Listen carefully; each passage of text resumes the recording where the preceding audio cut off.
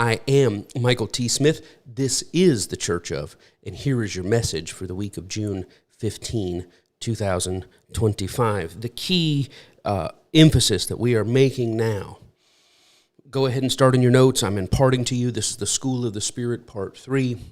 The key emphasis that we are focusing on, that we're locked in on, is this idea first of leaving a supernatural legacy. The goal of your life should be to leave a supernatural legacy. That the story you leave behind should be that of a journey and a walk with God.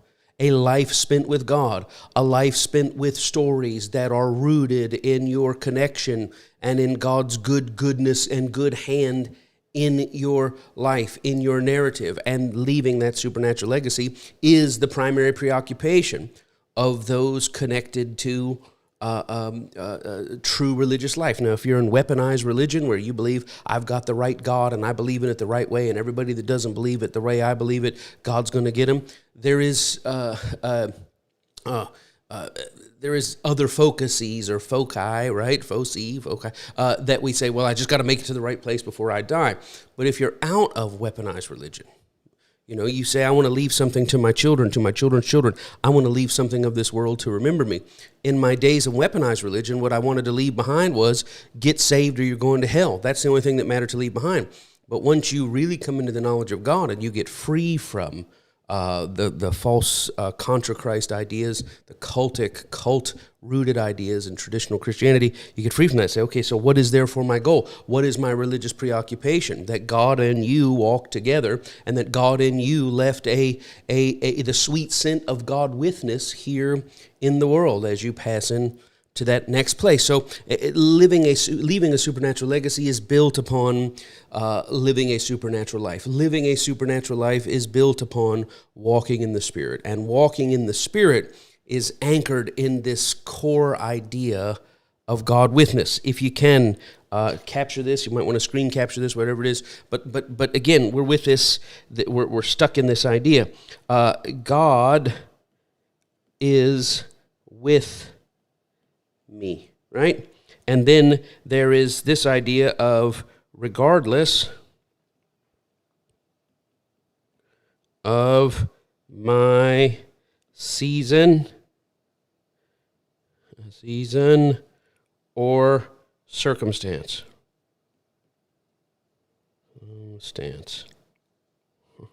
God is with me regardless of my season of circumstance, and therefore what is it that we declare? Therefore, right? It is well.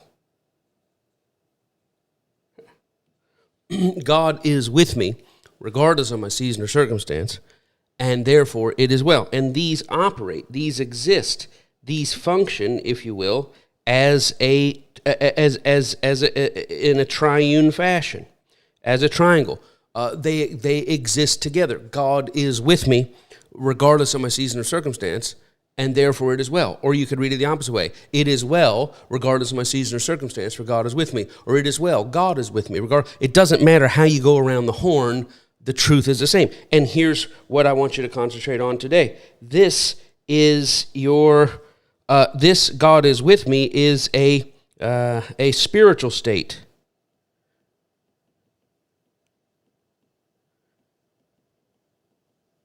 God is with me is a spiritual state.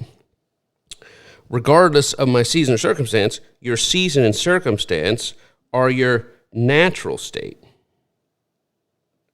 Or we could say a material state.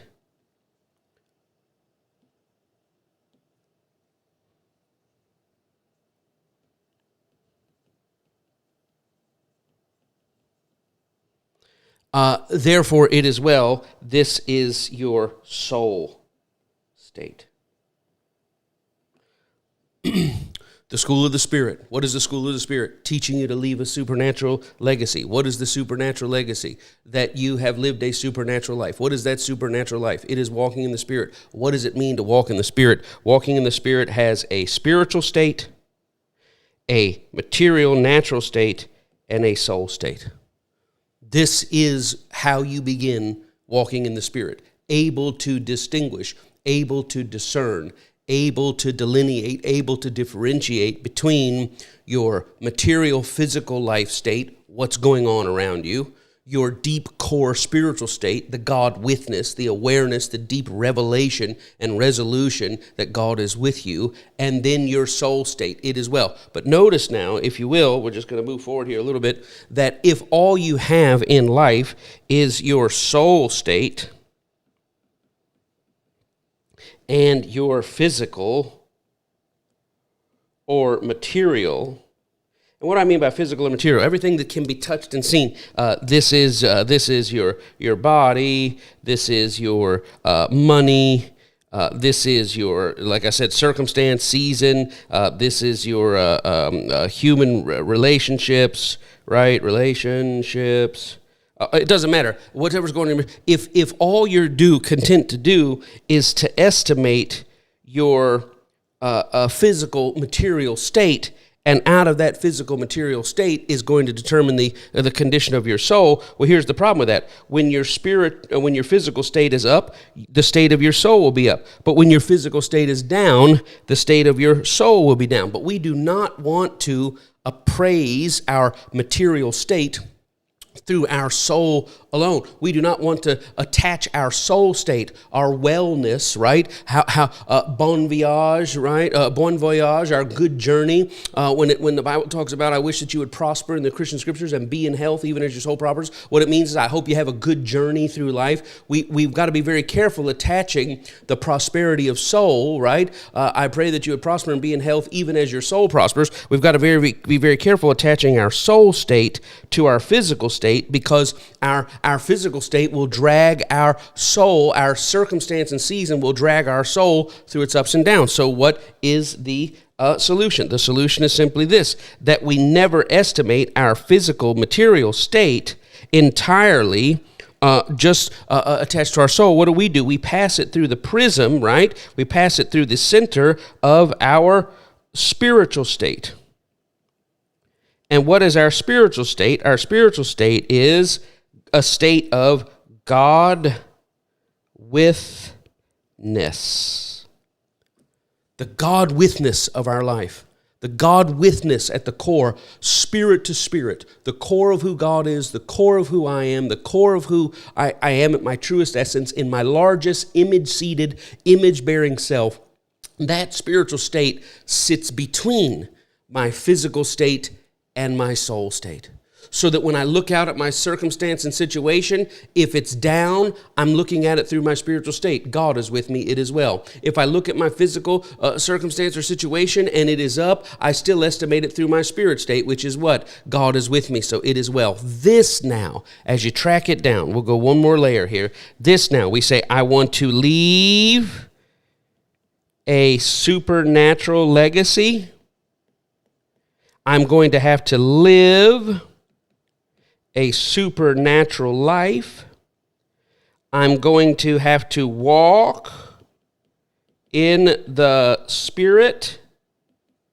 And in order to walk in the Spirit, I'm going to have to seat myself in God witness. Are you understanding what I'm talking about? Let's move on here today. So, with that in mind, we're talking about the elements of a supernatural life. The elements of the supernatural life. I've given them to you bit by bit in the School of the Spirit, and we're going to move on now. We finished up last week. I don't have time to go back, but we finished up last week with number 5, and I'm going to give you number 6 now, elements of a supernatural life. I hope you're there. I hope you catch what I'm saying. I wish I had a giant whiteboard and all of you together. I could talk to you for a week and get it all out at one time. Number 6, here we go. Because the time in the wilderness, right? Because the time of spiritual transition from one then and there that was to the then and there that shall be. We're in this pressure tight here and now. Because the time of wilderness and transition is so delicate, hear this, catch this now, it requires extreme sensitivity of soul. Because the time in the wilderness, the time in the transition, that we are here in this natural world, which is the big wilderness, that we as spiritual people are having a physical experience. And in this big natural world, we got war, we got famine, we got violence, we got crazy politics, we got all this stuff. We got times we have good money, times we have no money, times we're feeling great, times we're feeling not so great, times our relationships are tight, and times our relationships are strained. Because we're in this up and down world, because the passage through this up and down world is so tentative at times, and because within this up and down world there are little times of trial, because this time of wilderness and transition is so delicate, it requires extreme sensitivity of soul. You've got to be sensitive in your soul. It requires extreme sensitivity of soul. Also now, it requires diligence of intent, because the time in this earthly life is so delicate, because the time in the little bitty trials of wildernesses that we go through season to season, because it is so delicate, we need extreme sensitivity of soul. We need extreme diligence of intent to do what? Here in your notes, I'm giving it to you. Because the time in the wilderness and transition is so delicate, it requires extreme sensitivity of soul and diligence of intent to what? To treat people humbly. To treat people humbly. Extreme sensitivity of soul. Extreme diligence of intent. What I mean diligence of intent, I mean doing it because it's what you're focused on doing. I am focused on treating people humbly. I am focused and diligent in my intent, and I'm extreme sensitive in my soul to make sure that I'm extremely diligent in my focus to treat people humbly. And, in your notes, and honorably. Because this earthly big wilderness that we're going through called life, what they call our sojourning here on the earth in the Christian scriptures, because life is so delicate, because the big wilderness between the spirit world that was behind us, the spirit world that lies ahead of us, because this natural human experience is so delicate, it is so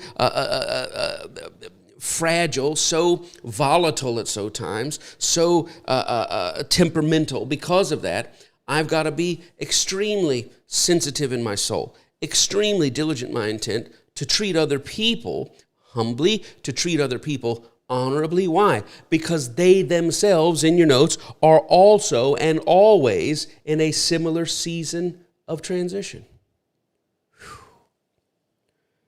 We're talking about the elements of the supernatural life. This is number 6. If you want to understand what it means, I want to leave a supernatural legacy. You got to live a supernatural life. I want to live a supernatural life. Then you got to walk in the Spirit. I want to walk in the Spirit. Then you got to seat yourself in God witness. And now that you're seated in self and God witness, 1, 2, 3, 4, 5. The 6th thing you'll realize is that because the wilderness, because the big wilderness, what we're all going through in this human experience, the small wilderness, the little heaviness that each of us weighs and bears at greater or lesser measure, because that's so heavy, we're extremely sensitive and extremely intentional how we treat people humbly and honorably. Why? Because it's not only us who's going through the big wilderness, it's not only us who go through the micro wilderness. Tough financial times, tough marital times, tough physical health times, tough situations, tough, we're in war, we're in famine, we're cast out, because we all go through that. But it's not just me that's going through the little wilderness and the big wilderness. Everybody we encounter is going through that little wilderness and that big wilderness. So it is extremely important that we are sensitive in our soul. It is extremely important that we are diligent in our intent. What? That every person we encounter in these big and small wildernesses, we treat them humbly and honorably.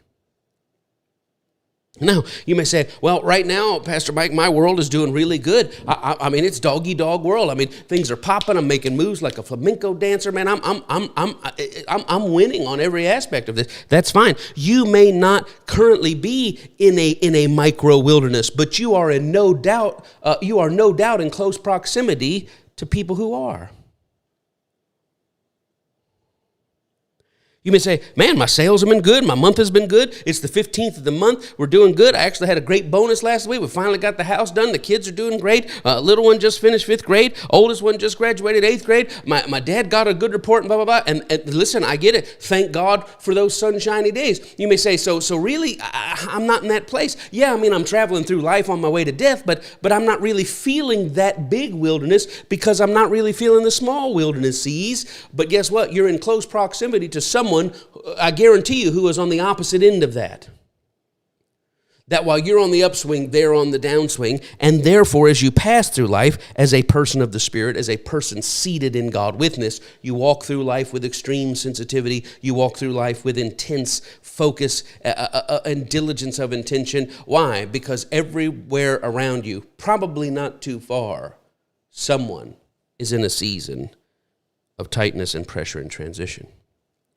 The key thing about this is to keep yourself free from judgment, to keep your approach to them, your appraisal to them, of them, right? To keep it free from judgment. In your notes, their situation, as you look at people going through these micro difficulties, well, their situation, it may look jacked up. Man, what did you do? My God, how did you get in this position? Well, keep in mind now, they might just be in between what was and what shall be. Their situation may look jacked up. It may be unexplainable, but I don't understand, man. You were doing great. You had your whole life together. Why would you go screw it somewhere else? There may be a lot of us, a lot of obvious blame and shame that is ripe for commentary. You may not say it to them, but you may tap, and I can't believe this, and they had such a good marriage, and they were making so much money. Who could screw that up? Why did they decide to get two, burger locations when the first one? We got all sorts of commentary, but guess what? You're just standing outside of your micro wilderness right now. You're feeling the warmth of the sun. They're in the storm, but the key to spiritual life, the key to walking in the Spirit, the key to walking in God witness, the key to being a supernatural person is to look at everybody in your life and watch them in the tightness of the circumstance and to approach them with extreme sensitivity of soul, extreme intentional diligence of intent. Why? I gotta approach this person humbly. I've got to approach this person honoring them. Why? Just because they're in the tightness of a season that I'm not in anymore, I've got to be careful now how I relate to them. Well, if I can't make commentary on how bad they've screwed up, if I can't make commentary on why they even followed out here and got out here in the woods, then what can I do? Well, think of this in your notes. I'll tell you a good place. You could wash their feet. You mean literally wash their feet? I'm not touching those dogs now. You could literally wash their feet, or you could metaphorically wash their feet, which is what? To consider their journey, to consider where they've traveled, and to not sit with judgment, but to cover and to cleanse. That's a spirit person's response. I'll tell you what else you could do. You could feed and water their livestock. You might just be able to give them a little hospitality and a little shelter.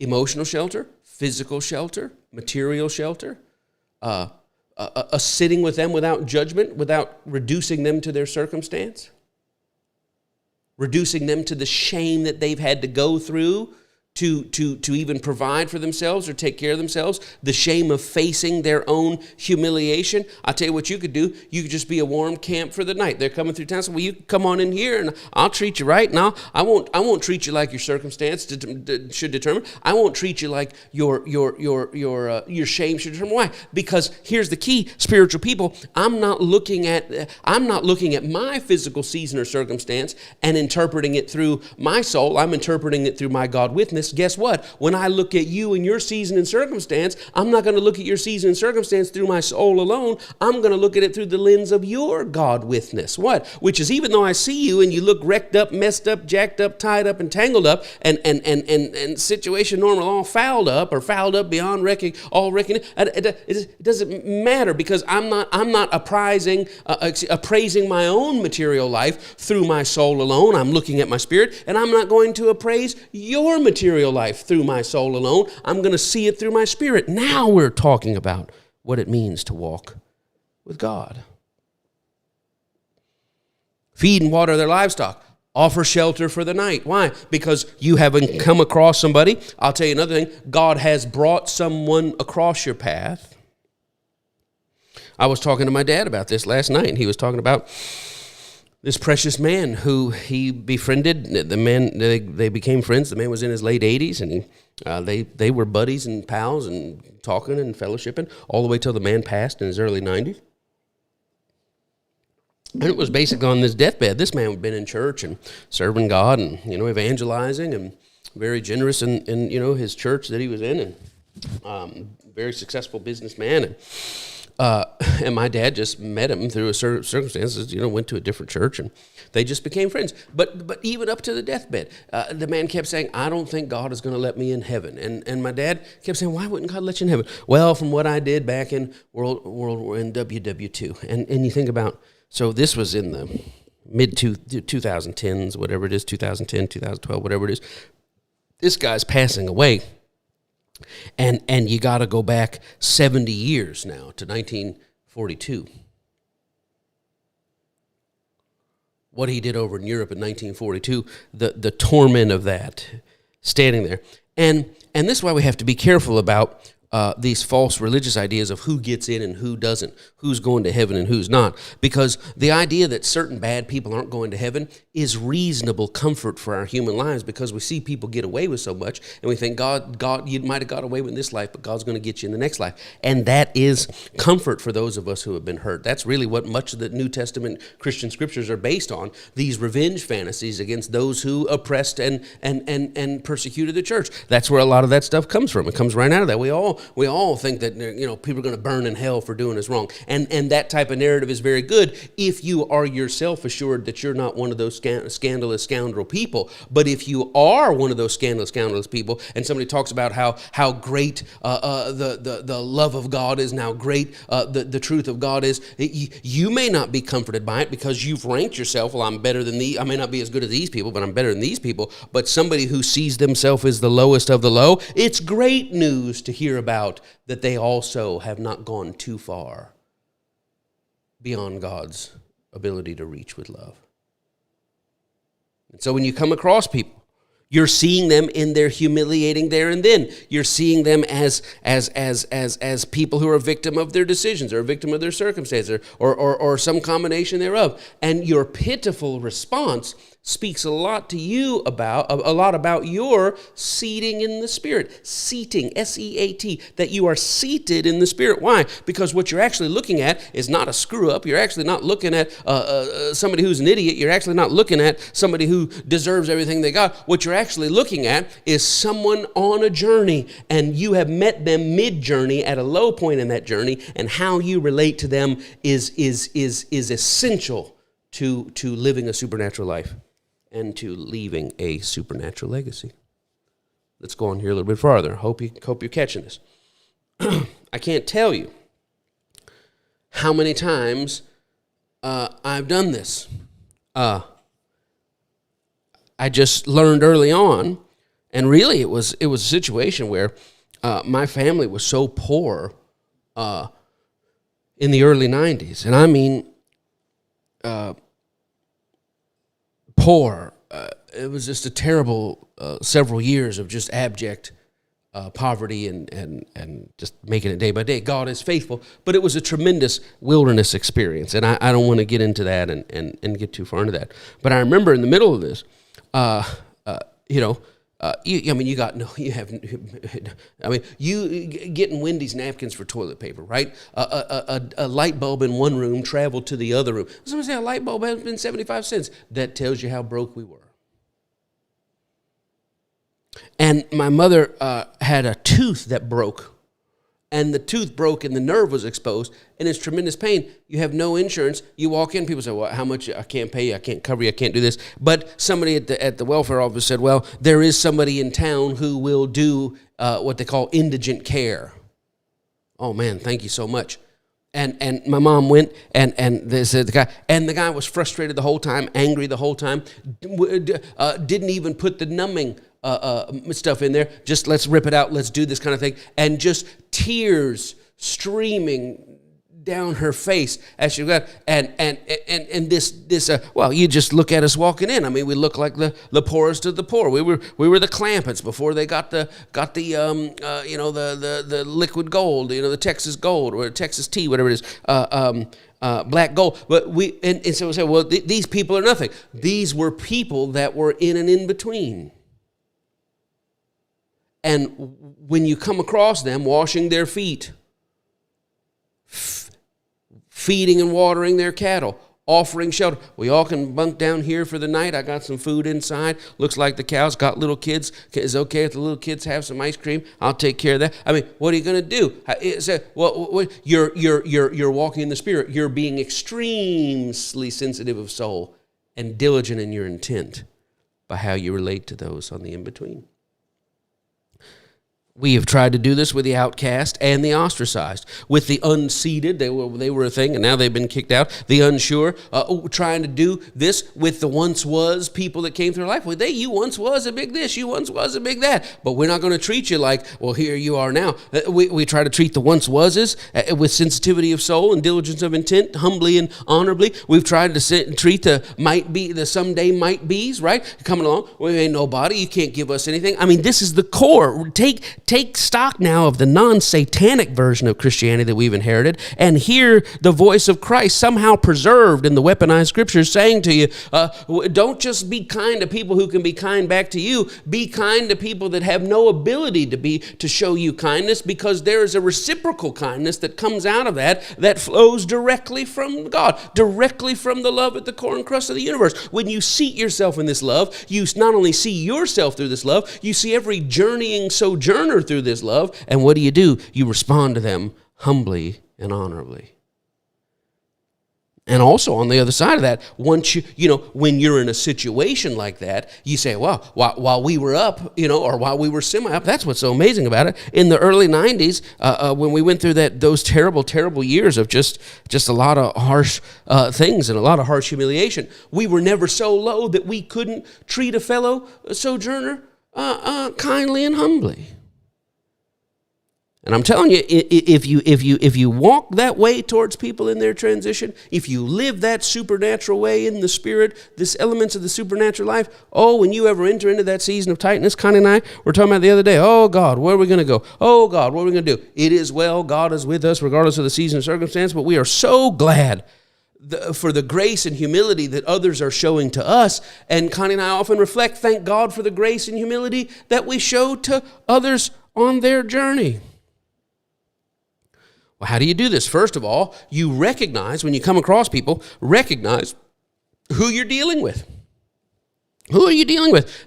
Just have a moment to look at this person, not through their lens of their circumstance, but through the lens of God is with them, who they're dealing with, and look at the divine win in their life. Man, who am I dealing with here? Who am I dealing with here? I'm dealing with a person on a journey, and this might be the season of what it looks like. This might be it's a season of tearing down and breaking down in humility, right? Humiliation, but that's not the sum total of their season. There was a season before and a season after, and even if there's not a season in their micro wilderness, there's a season in the great wilderness, in the great giant wilderness for that great promised place. So recognize who you're dealing with as you come across people in these wildernesses and approach them humbly and honorably. Number one, recognize. Number two, recall that you yourself have been in a similar state and season. Isn't that true?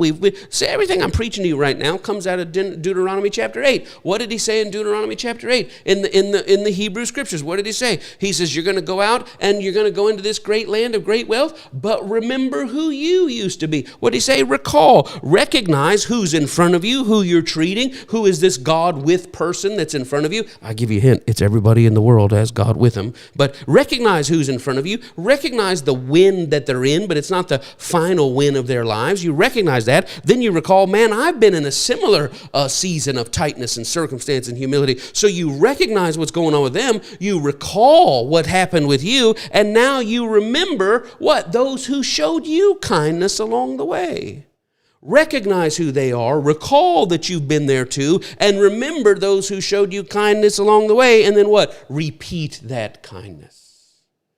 Relay and repeat that kindness. So how do I deal with people? If I want to be a person of the Spirit, I've got to be sensitive to people around me, sensitive in soul. If I want to be a person of the Spirit, I've got to be diligent in my intent. What? To walk humbly, to walk honorably to those in seasons of transition. Maybe they're in a little tough time transition. Maybe they're just in the universal shared tough time of this physical sojourning. Doesn't matter. Why? Because I recognize who they are. I recall where I've been. I remember those who showed kindness, and now I'm relaying and replaying and repeating that same kindness to them that was shown to me. Man, you are now walking with God. Well, you talk about remembering, Pastor Mike. I got some remembering. What about those who did me wrong along my journey? Well, those things are only worth remembering from a place of humility. When you remember somebody that did you wrong, what about the people that slammed doors in my face when I called them or stopped talking to me when I needed them most? You want to remember, I'm not going to remember those that did me right. I'm going to remember those that did me wrong. Well, we remember them not for vengeance. We remember them for humility. Golly, I remember how that felt. I don't want to be that person in the world. And not only do we remember him from humility in the sense of, well, I don't want to be that person, we also remember from a place of humility, which was what? We know we have also been that person because we have not always at all times been fully gracious to all. I remember when I called up my cousin, he wouldn't help me out, and I can't believe that guy got more money than God, and he wouldn't help me, and I was trying to, and all I asked him for was this and that. Oh, I remember, I'll never forget what he did to me. Well, you're not in the Spirit. You're seated in your pain and in your circumstance, instead of seating yourself and to say, yeah, well, you've been there, and guess what else? Let's just be honest. If you sit here in the arrogance of, I ain't never done nothing wrong to nobody, well, then a message of mercy doesn't appeal to somebody who perceives they don't need mercy. My God, if you ever sat with Christ.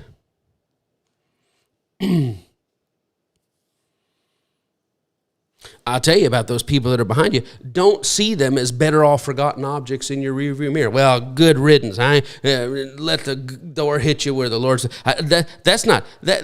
Don't look at them like, well, they're just scumbags and they don't deserve nothing or whatever. That's false religion. That's the false weaponized satanic context that we inherited this story in. What you should do is look back in your rearview mirror and as a reflection, you say, man, you see that? That's a reflection who we can all be in our small selves. Man, you got to watch it because you can be so preoccupied with your life like they were that you miss people on a God journey. God help me not miss people on a God journey. I see how easy it is for somebody that I look to that I thought would be great and helpful to be blind to seeing me. And not only do I look back and say, okay, God, thank you that I'm just one step away from being equally blind. But God, also, I'm sure, Lord, if they didn't see what was going on with me and completely missed the opportunity, God, who have I not seen and missed the opportunity? There's no arrogance or pride that comes out of any of this, because when that enters in, you're unseating yourselves from that spiritual state. I hope you are catching what I'm saying. I mean, truly, is not the whole sum total of the true gospel, the sum total of the truth of Christ's teachings, not the fake, romanticized, Romanized, right, nationalized political garbage that was passed down to us, but think of the bottom line of the bottom line. All of Christ's teaching came down to this, that one day you're going to die, one day you're going to go before God, and one day you're going to see who you helped and didn't even realize you were doing a good thing for God, and one day you're going to see the people that you passed that didn't even realize when you passed them, you passed God. That's not something for you to go, oh, well, I'm totally in the first group. That's something for you to go, God, help me not be one of those people that pass people by. Why? Because walking in the Spirit, one element of that is that extreme sensitivity and extreme diligence of intent. I don't even know if you're out there, but I'm preaching better than your emoji in today. Number 7. One might assume the solution to every wilderness is hope. Number 7. One might assume that the solution to every wilderness is hope. To pass each day, each pressing, tight pressure day, hoping for whatever good thing awaits us in the next. You might assume that the solution is, okay, Pastor Mike, I hear you. I'm in a season of tightness. My physical circumstances are pretty bad. My situational circumstances are pretty bad. My family, my finances, my marriage, my physical, whatever. I got a lot going on. My job, my career, my business. The bank's after me like flies on a rib roast. Man, I got problems. I got problems. I got 99 and I got the 100th problem. I mean, I got problems in every way that I could have those problems. And you would think, all I'm going to do is just get through each day with hope. Hope is important.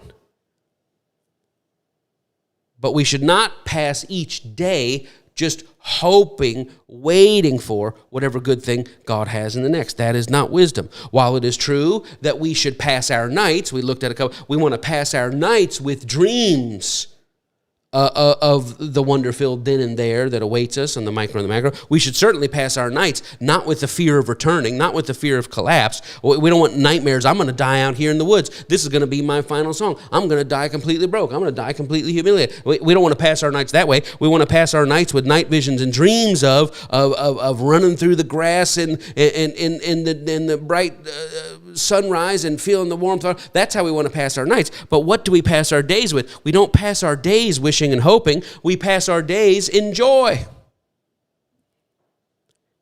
in exuberance.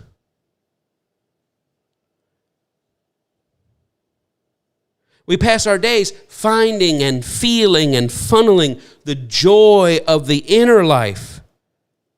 We find the joy of the inner life. We feel the joy of the inner life. We funnel the joy of the inner life through us. It pulses through us for the simple reason that we are yet among the living, that we are yet here in the land of the living. Now, it is true that we are on when we are on the threshold of passing through death's door, when we are on that place where our dying is imminent and our final threshold out of this big wilderness into the next great place. It is true that we might not be longing or finding the gift to be in the land of the living, but longing to be in the next place. That is true. But we must never neglect the fact that while we are in the land of the living, regardless of the season of circumstance, we might pass our nights with dreams of hope. But when we wake up and have joy, regardless of the season of circumstance, we are not allowing ourselves to be stolen from. Because the pressure is so great and the wilderness is so great and the problem and this thing and that thing, and just when we got it together, something else happens, and just when we think it's working out, somebody else comes against us. And if we're not careful, we'll stop having the joy of life, and we'll just start daydreaming about the time that will come. But what we got to realize is there's still joy to be had in this moment. Why? Because we're still in that precious place of the land of the living. Why? Because life is a gift all on its own.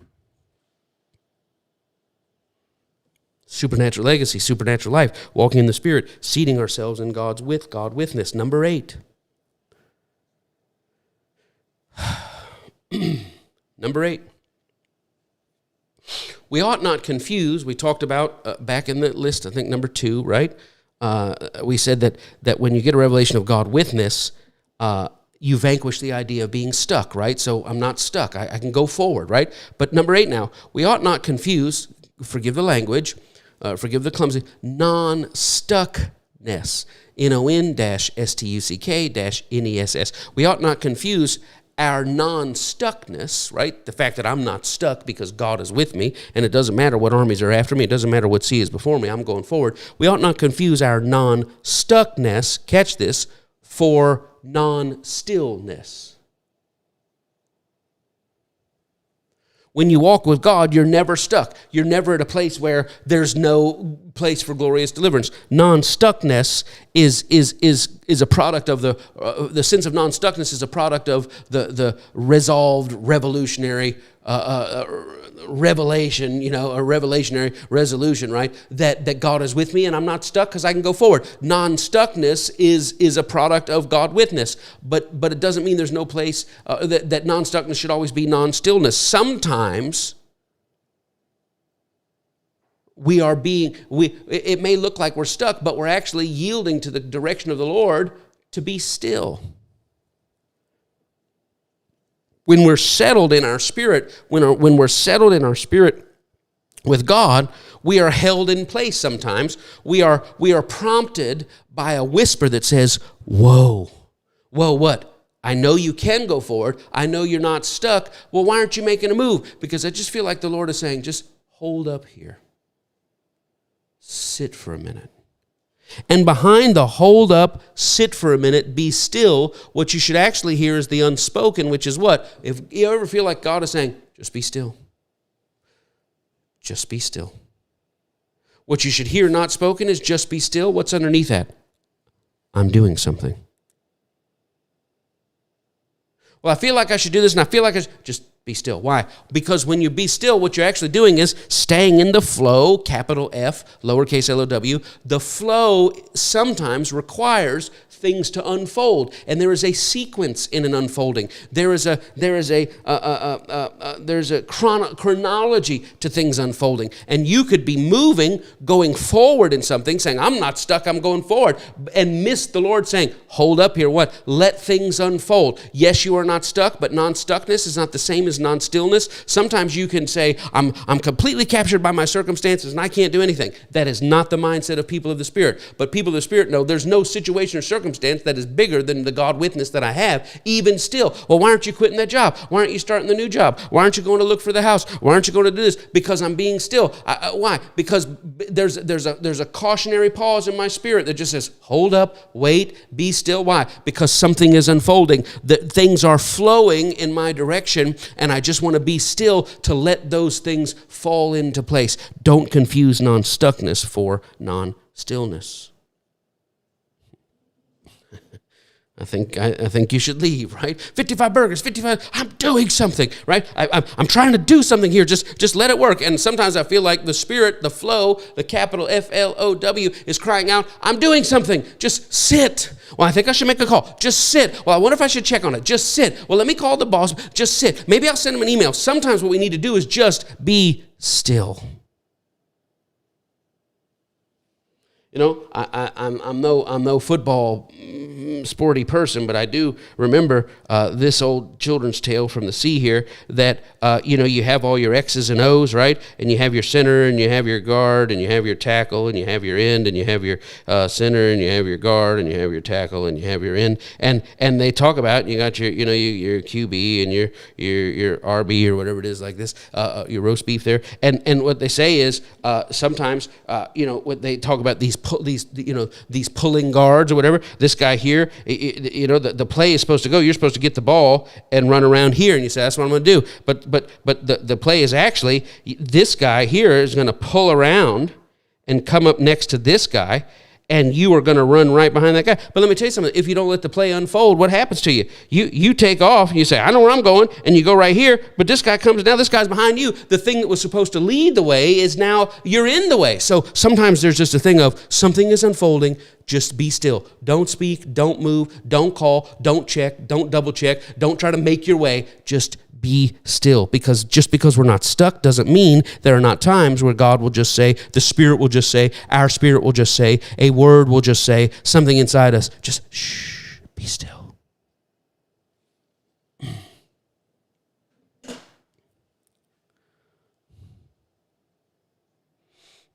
Number 9.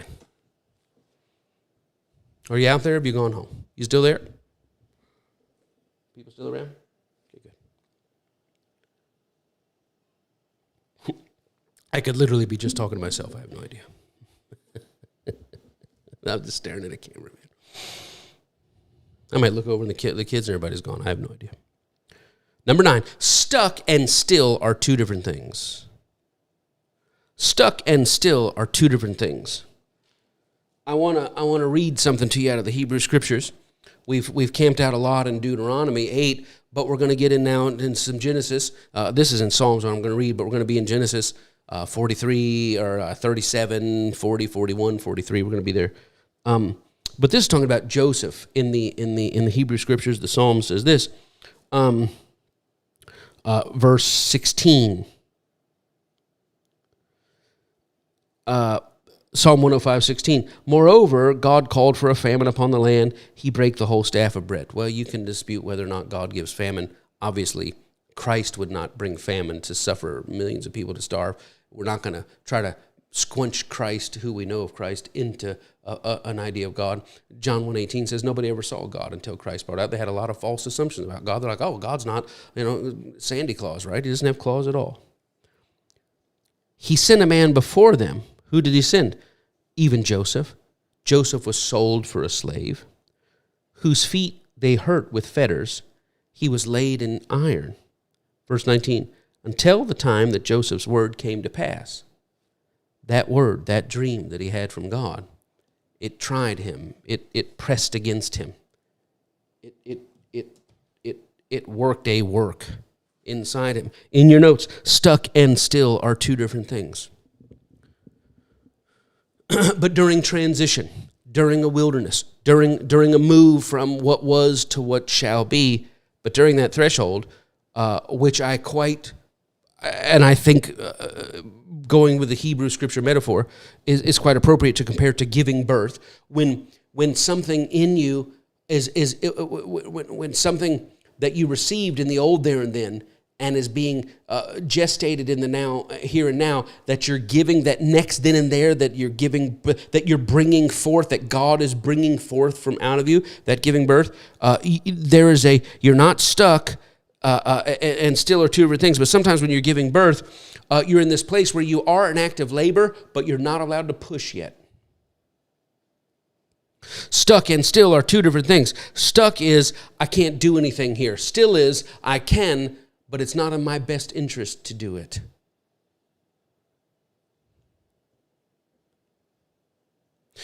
You feel like you're in labor and all you want to do is push. Let's get this thing going. But the problem is pushing will be dangerous. All you want to do is push, but the doc is saying, hold on. And what are they waiting? A dilation. I remember what happened with Connie.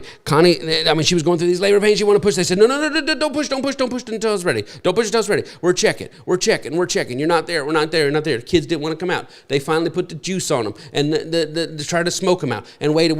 No dilation. And then instantly everything was dilated. And Connie said to the nurse, can you check me?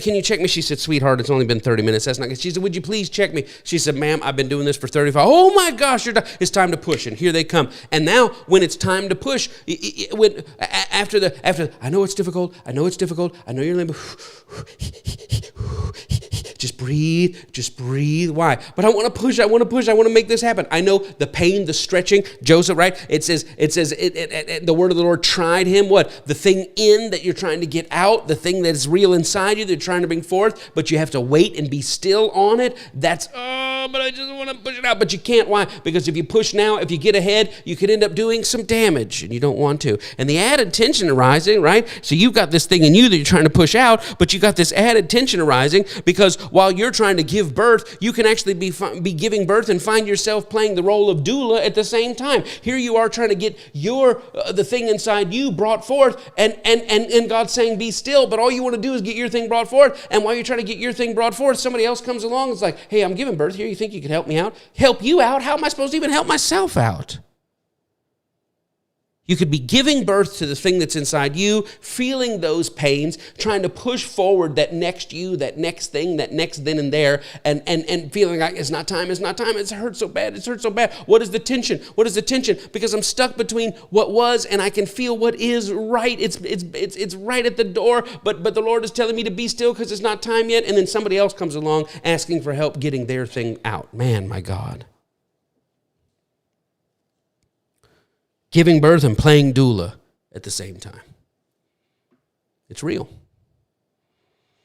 You're guiding somebody else. Okay, just breathe. You got your own situation in time. Okay, we're going to push. We're almost there. Be encouraged. Well, how am I? I'm trying to deal with my own thing. I'm stuck in a wilderness. I'm in the pain of transition. Literally, think of the medical term, in transition. Things are falling in place in me and it hurts. Oh my God. But I can't get, why? I got to help somebody else out. Why am I helping somebody? Think of Jesus on the cross, right? He's leaving the micro wilderness into that macro next place. And while he's dealing with the own pain of his transition, right?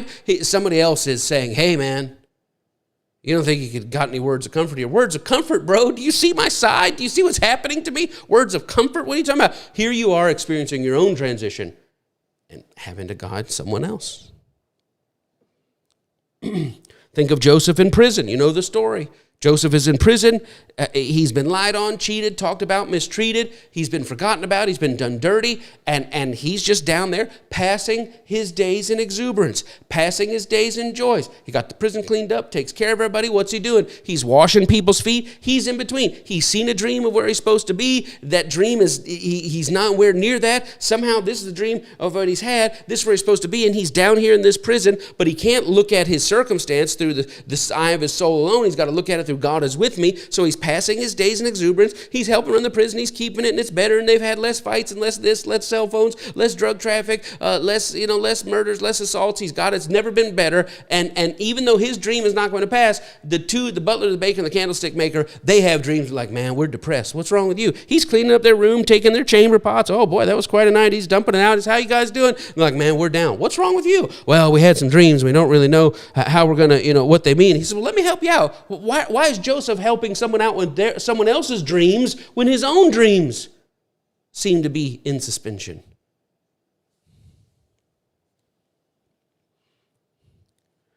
Joseph had to bring comfort. You're going to be fine. Right? He told the one guy, here's what your dream means. You're going to that next place, man. Your life is over. The other guy, he says, man, you're going to be all right. Your dream means that God's going to put you back and the lie is going to be told, cleared up, right? So he helped this one guy get to his next then and there. But then what did he do? He tells him on the way out, hey, man, when you get there, remember me because I've been false accused, blah, blah, blah, blah, blah, blah. And what is this? Even a giant in the spirit like Joseph could slip out of his peace of God witness, slip out of his stillness. Why? Because he doesn't want to be left down here. And he reaches now for his flesh. Hey, man, remember me. And what happens? The butler gets put back in charge, and he's bringing some stuff to the king one day, and the king's like, man, I had a weird dream last night. And the butler's like, oh my gosh, I was supposed to tell you about this dude. 2 years, the butler forgot about Joseph. Why? Because Joseph had to be still, and that was the trial. What? The thing in me that I know there's a next in me of where I should be, but my circumstance right here is teaching me, commanding me to be still. Joseph breaks out of his stillness and says, wait, hey man, look, tell him about me. I've been done wrong. Remember my name. Write it down, man. When you get back, you got to look out for me. I did for you. And that's not how it works. It doesn't work that I did for you, you did for me, I helped you helped me. When you were in trouble, I let you borrow $500. Now I'm in trouble, you didn't do this for me. I mean, that's not how it works. That's all the flesh. The Spirit says, I seated myself in God, and even though I still haven't given birth to my thing, God, I realize sometimes you'll ask me to help other people give birth to their thing. That is part of what it is to walk in the Spirit. And it's tough on anybody to 24 hours a day, 7 days a week, to always be centered in the Spirit because we have our freak out moments. Because the inner contentment is balanced with the constant tension of what? That I am in this situation, but the thing in my heart is bigger than this situation. And I'm trying to manage that day by day. And sometimes I'm in this situation, but it's bigger. I'm in this situation, but it's bigger. I'm in this situation. Sometimes it falls and we crash out. And that's part of it. The burning and churning within because we're dealing with and we're trying to have joy and we're trying to be exuberant. We're trying to make the best of this thing. We're trying not to spend all our days wishing it was somebody else, but still enjoy our family and still enjoy life and still enjoy the birds and the trees and our work. But my God, there's so much pressure of what's supposed to be next. And sometimes we keep a balance and sometimes we crash. When it says the word of the Lord tried him, it just shows to me how difficult it is to keep the Spirit firmly in between our soul and circumstance. We have our circumstance, we have our soul, and we got to keep our spiritual lens in between. But sometimes the way we see it, we just look at the circumstance, we're like, and we yell and we cry and we break down, and we have to be reminded, wait a minute, let's put the God witness back in, and then we breathe easier again. This is where our crash outs happen. They're understandable that we fall under the pressure of it sometimes because crashing out is universal.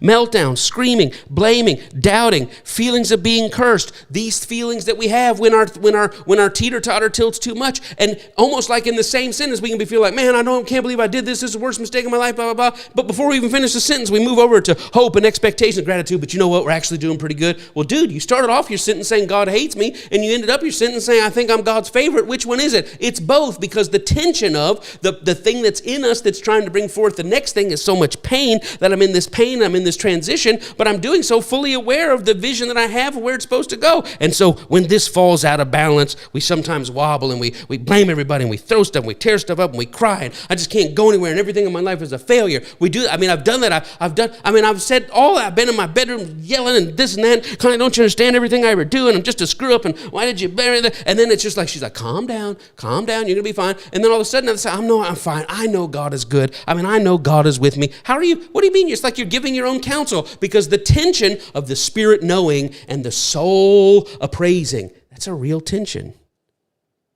A A sentence that starts out in one place, we're all going under, ends in another place, God is my victory. That's humanity. You go to bed a disheveled wreck. You wake up girded with strength for the battle like David, right? This is something that can be managed, right? We want to try to get that in balance, but it's once a tool and a sign of growth. It's a tool for growth, learning to manage that pressure between, all right, I'm just going to keep myself centered in the Spirit, but it's also a sign. Wow, do you know what? I went 4 days without crashing out. I mean, when I got the revelation of God is with me, it is well, regardless of my season or circumstance, that was great. And for like 3 weeks, I was like, God is with me. Somebody said this to me, God is with me. Somebody threatened with this, God is with me. Somebody showed up and said, we're going to take everything from me, God is with me. But by the third week, I was like, man, what is happening? What is happening? Remember your training. What? Reseat yourself in the Spirit. This balance and how sometimes it get out of balance, it makes us, right? It shows, not only does it make us into people saying, oh, I need to dial that back in. I need to remember my training. I need to look at it through my soul, through my spirit, not just my soul. Not only does it make us, but it shows us what we're made of. Consider Jesus in the gospel story. What does he say over in Matthew in the wilderness, right? In the Garden of Gethsemane? My favorite translation says, God, I'm so depressed, I think I'm going to die. King James, my soul is exceedingly sorrowful, even unto death. Man, I'm sweating blood here. This is insane. I'm crashing. My brain, I can feel myself crashing out. So he goes to God, just take it. It's like, just kill me now because I can't handle this. And then what happens? Watch his spirit rise up. But nevertheless, not my will, but your will be done. Notice, you can't get any higher example than Jesus, right? And even he, in his humanity, has this, it's all good, don't worry about it. Peter's like, we'll save you. He's like, don't get in the way. This is what I'm here for. I don't need you to jump up and defend me. I know these people are going to turn on me and they're going to kill me, and it'll be all right because God's got me. Man, Peter, shut up, Satan, get behind me. So he was all strong all the way through, but when it came down and he started thinking about them putting those nails in his hand, God, I can't do this. I can't even understand this. Man, I hope my people pray. I can't believe you're not praying for me. He had the crash out, and the crash out's okay because we're human, but look how quick he was able to summon his spirit and bring himself back into focus, seat himself with God is with me. This is what it means to walk in the Spirit, what it means to live that life, to leave that legacy, is somebody that has, even in the middle of giving birth, they're able to help give birth. They're not stuck, but sometimes they're told to be still. And the not yet inside them is pressing against the right now of what they're dealing with. And they have their meltdowns and their freakouts, but they bring it right back around and say, no, what? I'm feeling this in my thinker, my feeler, my chooser, but in my knower, what do I know? I'll tell you what you know. You know that your natural state is not the truest thing about you. And you refuse to let your soul look directly at this. You make your soul look at God with you and through God with you. You know that. That's how you see that natural state. So that when I look at it, how is my soul saying it as well? Because it's not looking directly at the circumstance, it's looking at the God withness. This is a supernatural life. These are the elements of that. Okay, I think that's all we have for today. So much more to come. We're getting there. I hope you got a little something out of this today. So, if this ministry, if Connie and I, if the ministering that I'm pouring out, that what my family, what we're doing, if it's blessing you at all, if it's helping you have a good journey, a bon voyage, things going well, that you would have a well journey, as it would say in the Greek, then if it's a blessing to you, we thank you for being a blessing to us. You're in transition on the micro and the macro. We want to pour out encouragement and shelter in that. And I thank you for your pouring out and encouragement and being a blessing to us. You can find everything we have right here on the screen. Say, hey, I'd like to reach out. I'd like to say something. I'd like to support. I know this is transforming my life. It's in stretching my way to think about what it means to be a spiritual person, what it means to be a godly person, what it means to be a supernatural person. And if that stretching is happening, I thank you. I thank you for the blessing you are to us in return. I wish it could be more. Listen, so many people are like, well, I had $3, but I didn't want to send $3 because I feel like you mean so much more to me and that kind of stuff. No. If we have given you something that you say, this is really impacting my life, and I end these sessions more above than I was before, then we just thank you that you embody that you demonstrate that value. I tell you, it means however you can, whatever that means to you, and it means different things to different people.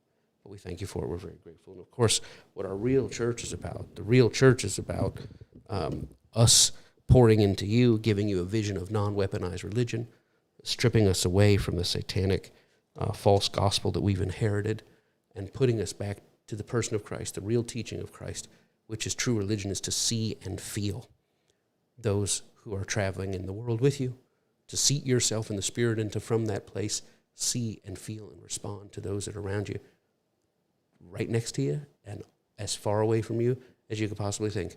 True religion is seeing and feeling and responding empathetically and compassionately, and that's all there is.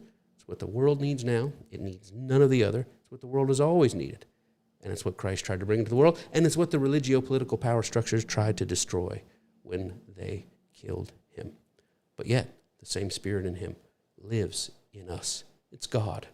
And those of us, we all have it, but those of us who are awakening to what really is, what religion is really about, oh, we are empowered, even though we're giving birth ourselves, even though we're in a season of transition ourselves, even though we're dealing with trials and series of circumstances ourselves. Somehow we're able to comfort those on a similar journey. Somehow we're able to help them give birth to their next, even though we're still waiting on our next. I mean, now we're really in what it means to live and to be the church, and that's what this church of is. I speak peace, health, protection, preservation, soundness, abundance, aboveness, prosperity, favor, comfort, Zoe, life, love on you and yours. Joy today. Exuberance today. Clarity today. Resolve today. Seating yourself. God is with me. It is well, regardless of my season or circumstance. I pray that beats in your heart, that pulses through your soul. It dominates your speech, and it drives and guides how you approach and respond to every person in this world. God, I thank you that the echo of these words churn in their spirit all week long, that it brings forth fruit. In Jesus' name, amen. Church is done. Have a great and glorious Sunday. If you're watching via replay, have a great and glorious whatever day it is. I love you. My whole family loves you. And I'll see you back here. Same bad time, same bad channel. We're going to get into it, continuing on the elements of a supernatural life. I hope it's blessing you like it's blessing me. And I haven't even got to the good stuff yet. I'm just trying to get it out to you. God bless. Make it a great week.